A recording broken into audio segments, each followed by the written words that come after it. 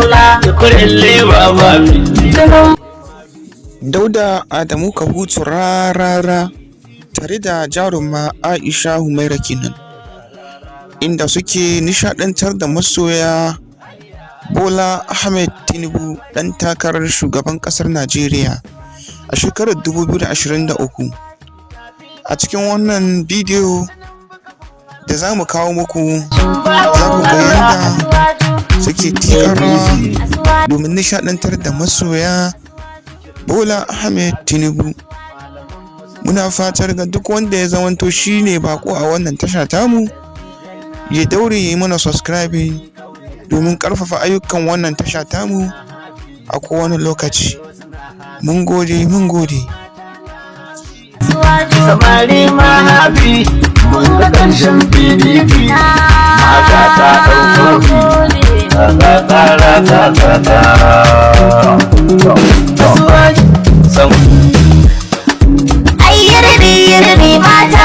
Ayyirbi mata, ku ɗau ƙuri'a ku fito mata, Shatima Tinubu muke fata, dan za su kula da maza mata, gudun da arewa mahaifata, mu ƙara shirin kirki mata, ga zaɓi na da na yayata, mu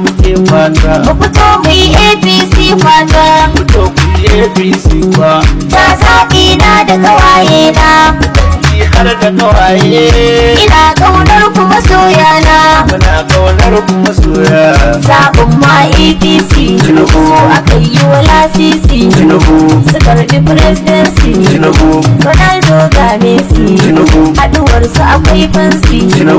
muna da kuɗi besi, marungumi APC Humaira matsanki na tsogashin ba. Hello everybody, Asiwaju, everybody,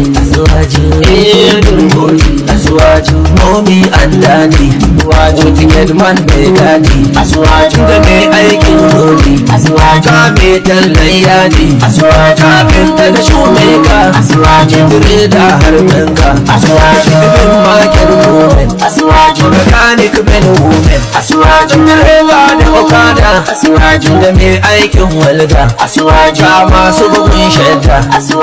farmers and fishers, ina kuke ɗan shisha, mahauta waya butchers, ɗan kamasho tailors, importer exporters, da ɗan harkar fata, teachers da event centers, hada da school teachers, we vote city boy, you are winning, we are happy, Asiwaju.